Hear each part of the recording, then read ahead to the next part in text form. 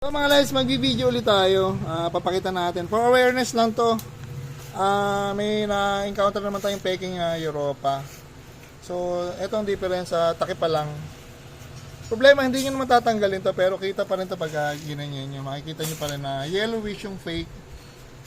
Saka ang ano yan, magkaiba sila ng tunog. Malayo-malayo tunog.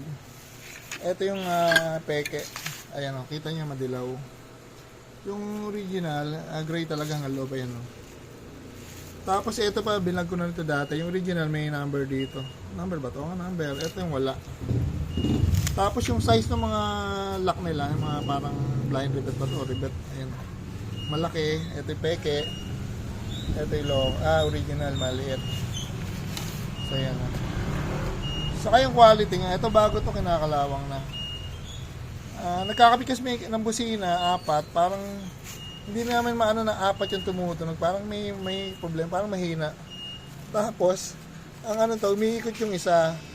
So, nung tinanggal namin, nakita ko, peki pala to, kaya pala ganun. Hindi ko kasi na-check kasi andito na to eh.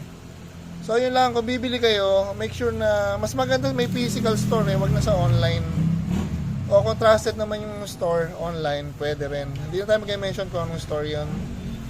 So, last time yung ganito, saan ba? Peke. Dito, magkaiba sila. Ayan o. Pero ngayon, parang gumaganda na rin yung peke eh. Pero iba pa rin, mababaw. Fake. Ito, orig. Mas sharp yung mga letters niya. So, yun lang mga LEDs. Tapos, ang presyo niyan, 2,000 plus pa rin. Yung sa atin, 2,700 to. Mas mahal, pero money pang guarantee to pag peke. Papalitan natin. So yan. Yun lang mga LEDs. Thank you.